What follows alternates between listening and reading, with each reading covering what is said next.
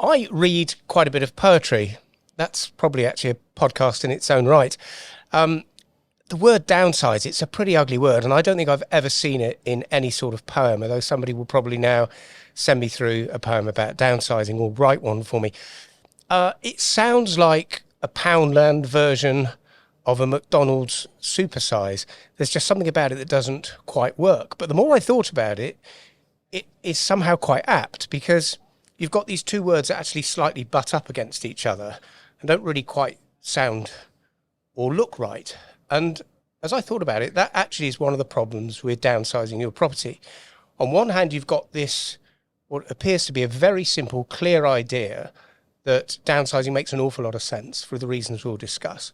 But you've then got all these issues and problems attached with it, which butt up against it. And the problem with that, more than anything else, I think, is it means people don't do it. This podcast is not to get everybody to downsize.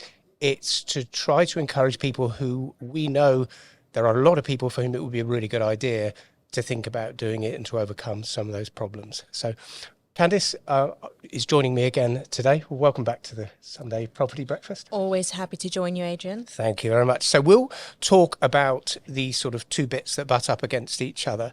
And we're going to talk, though, today about the psychological, emotional, and sort of practical ideas of it. But it cannot be separated from the financial elements of it, but from the point of view of the podcast we are. So next week, got Mike Roberts from Penny Matters, who is going to talk purely about the financial sides of it. But today, it's about the practicals and the emotional bit. We've produced a bit of a guide, a bit of a checklist of how you can get your head around the idea, but the best way to do that would be for us just to come and see you and give you some ideas on whether it's the right thing for you to do and then the early stages of going about that. I just want to put it into some sort of context, though, about a downsize move. With the exception of bereavement and a relationship breakdown, most of your property moves are usually quite buoyant. They are a happy experience. They're a positive thing. It's your first home. It's your marital home. It's your the first home you buy with children, or another home when the children grow up. It may be a house that is just a bigger and better house because you've got a job promotion and you've improved your status. So they're all positive things.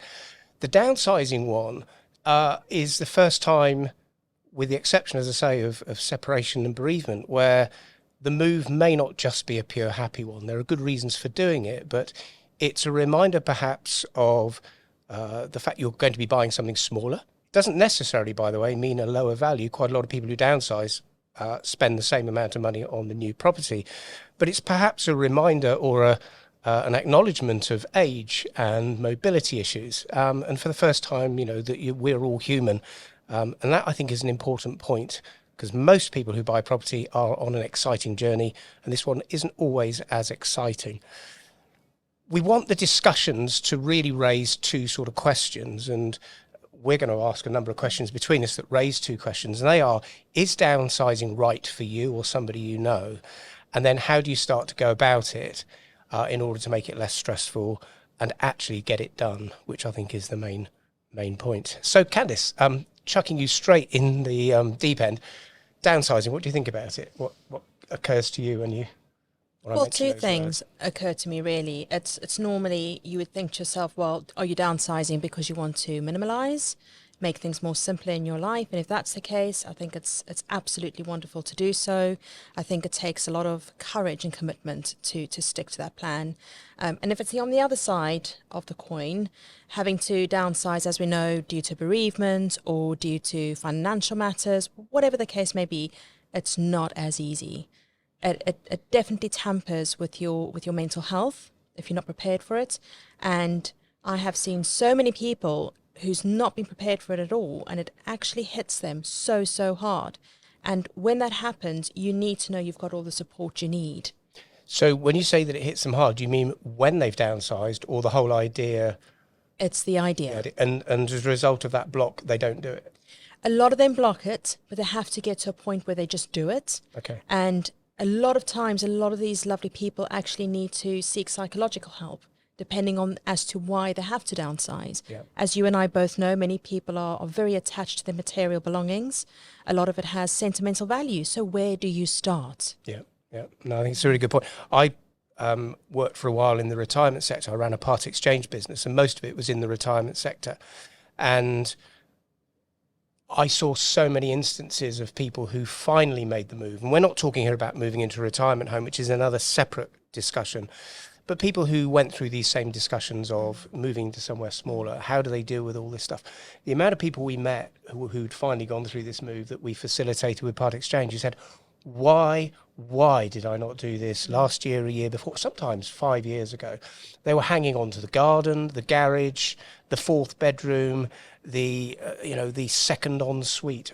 Something about it was hanging on to it. And then they suddenly got rid of all this stuff. And I remember one particular lady, when I went to this development we were working on, who'd moved, and I saw her and I had a chat with her. I said, hey, how are you feeling?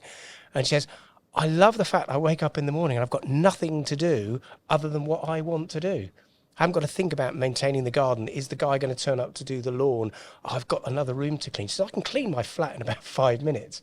So I've seen that sort of pressure be released, but I've also seen an awful lot of people who never released it and stayed too long, and then either never moved, or when they moved, it became far more difficult because they were less capable, less physically able to do it. I mean, on that subject, when a person loses someone they love due to death, for example, and you're at a certain age and you've got to downsize, go into a retirement home as an example, I think a lot of people feel, why do I have to give up my sentimental things that I have accumulated up for years that reminds me of the life I once had? Yep. So that as a whole, I think can really cause a lot of these people to end up having a lot of difficulty trying to move forward. I don't want to call it moving on. I don't think anybody can ever move on from that. But when you can downsize and you minimalize, there is a level of freedom, as you said before. You're no longer focusing on the garden. You're no longer focusing on the ensuite. It's a whole new level of freedom. On me or us. Yeah. Exactly. It becomes about the individual or the us. Yeah. And there's so much power in that. Yes. And as I said, it's not perfect for everybody, not necessarily the right decision. I mentioned that we've got a guide that we've put together, and I'm just going to reel off, not for long discussion here, but reel off a few of the reasons why people would do it or why it's a good idea. And then Candice is just going to reel off a similar, not necessarily countering each one, but just the reasons why it's not necessarily the wrong idea, but why it's then difficult to do it. So there's obvious things like you reducing your expenses and your cost of physically living in the property. You're simplifying your lifestyle. This is something we've already touched on. That's right. Less stuff around you. It's amazing how, if ever you've done a spring clean, God, how good does that feel? This is like a spring, summer, autumn, winter clean. Less maintenance, smaller spaces, more time to do what you want to do. If you're wearing an eco hat, it's, suddenly you are putting less environmental impact out there as well. Financial freedom. You don't necessarily, not everybody downsizes to a lower value home. They just downsize to a more appropriate property. But if you've got lower costs of running your property and you're not faced with financial difficulty, suddenly you've got money to just spend on socialising, travelling. I think quite a few people find that a smaller space can actually be more cosy, can actually be a more enjoyable space to live in a strange way, but they don't know it until they've moved. It encourages minimalism. I suppose, again, the bigger picture of that is we use less, we consume less, we're not sort of destroying the planet. And if you are downsizing and to a lower value, then obviously there is the equity issue of freeing up a lump sum of capital. That's something we'll talk about more next week, about what you do with that, how you use that or can monetize that. Chuck some ideas at me as to why that sounds like sign me up for downsizing today. Why would I say, oh no, these are the problems that are going to be thrown at me? So I think at the moment what we are seeing is that there are a lot of families that don't have a choice at the moment but to downsize, right? Okay. So if I am that client, I've got a family, both of us are working, and all of a sudden, because of interest rates, et cetera, we can't afford our mortgage anymore. We have no choice but to downsize. So my thoughts here are, I'm thinking older age group. You're thinking Older. You're thinking I'm thinking cost of living. that's right. Yeah, just a That's simple. right, because that at the moment is a theme. Yeah.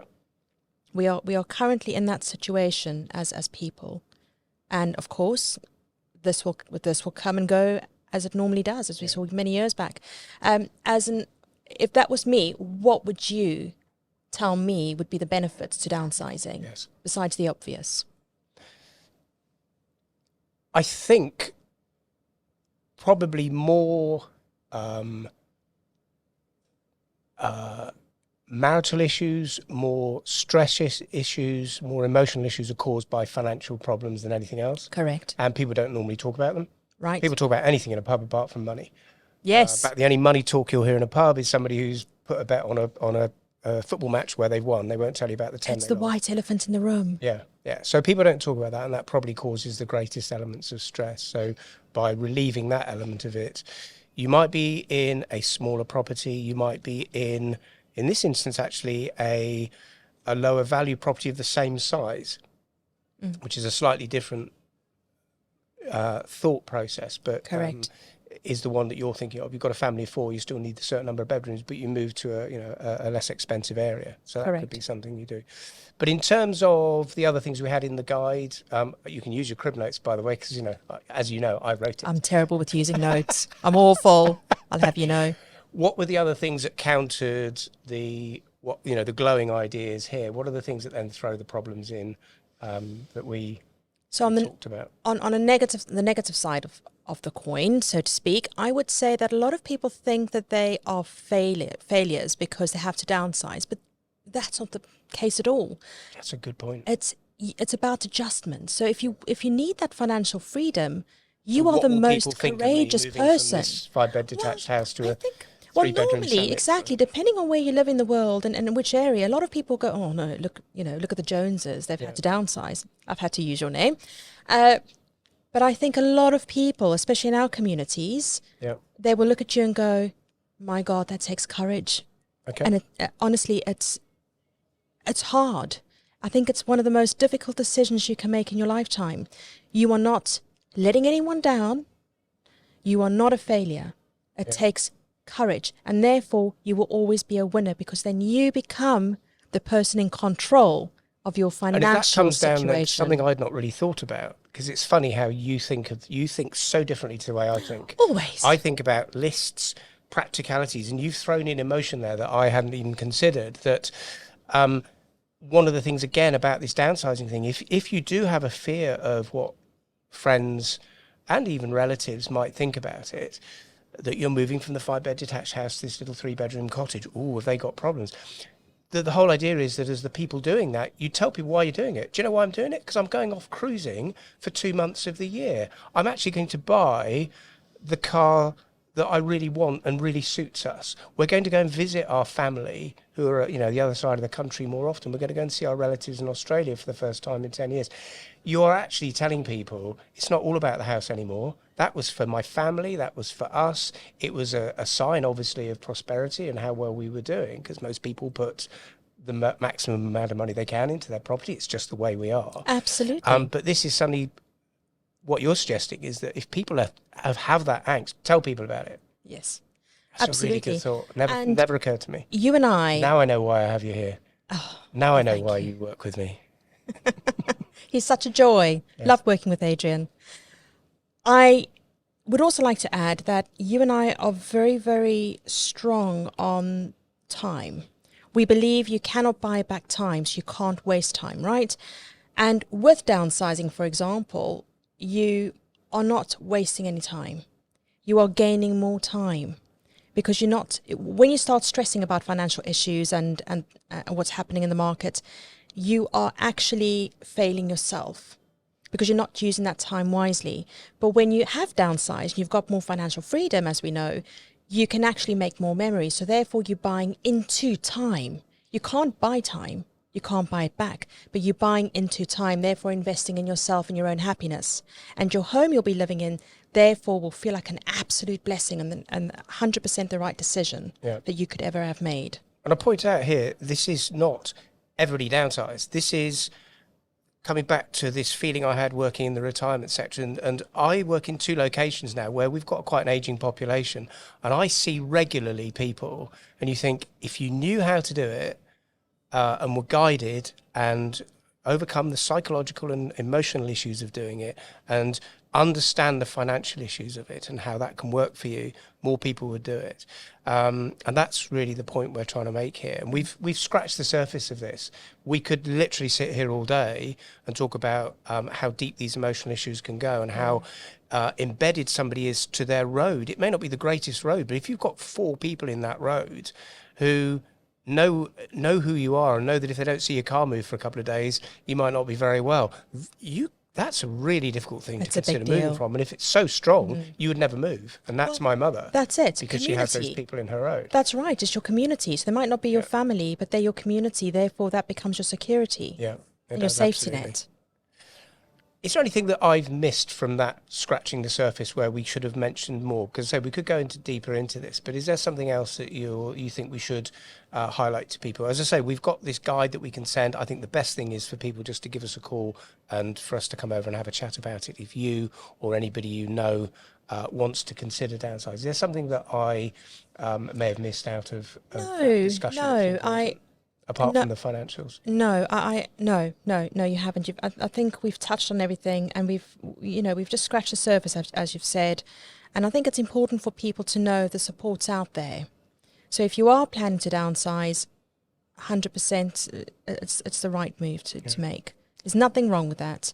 And as you said, we're more than happy to talk with people when they're thinking about downsizing and going to see their homes that they need to sell, and helping them find the home that will be right for them.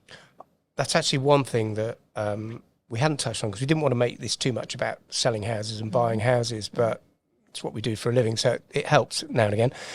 One of the things that is important in this is actually one of the reasons I know people don't downsize. If they've overcome a lot of the issues we have talked about, they then say, "That's great, Adrian. I love the idea. I'm going to buy something that's at lower in value. I'm going to use that equity for whatever. Yes, I get the fact I only need 3 bedrooms. I don't need a big garden, but I can't find the house. I can't find the house I want to buy," because what you don't do when you downsize is buy the house you lived in 20 years ago. It just doesn't feel right because that was on your ladder. Now, when you downsize, there are certain things about that house you'd never buy. So that's something that we can look at doing with you as well. Because this is, if somebody wants to downsize tomorrow, call me. But this is about preparing. This is about, I might be wanting to do this in a couple of years' time. And we can help you sort of identify where those areas are, identify how many of those properties physically exist in the area you might want to live in. And that could be a scary result. I did one last week with somebody. We put in criteria of the house they would buy as a downsize, and there were 11 properties available, not on the market, physically built. That's not very many if you're waiting for somebody to move. So some of that is really, really good. Yes. Candice, thank you for that. Genuinely, that insight was really good, because you come from it from a completely different angle to me, and that is why this works really, really well. And there's probably plenty more angles. I mentioned the word scratch the surface, and that's what this has done. I hope that it has just stimulated some thoughts for you or anybody that you know as to why this is something to think of and consider. There are some huge benefits for doing it, and on paper it sounds like the easiest thing to do. There are some massive obstacles in the way, and it's a case of let's see if we can get through those so that downsizing really, really works for you. So coming back to those 2 questions, is it the right thing to do? And then if you think it is, how do you then make it work? On that subject, the financial bits we'll be talking about in the next Sunday Property Breakfast podcast. Mike Roberts from Penny Matters is joining me. It's going to be a really, really good talk about the financial side of that as well. Thanks again for watching, sharing, and all the kind comments you've shown. And we'll see you again soon. Thanks very much. Thank you.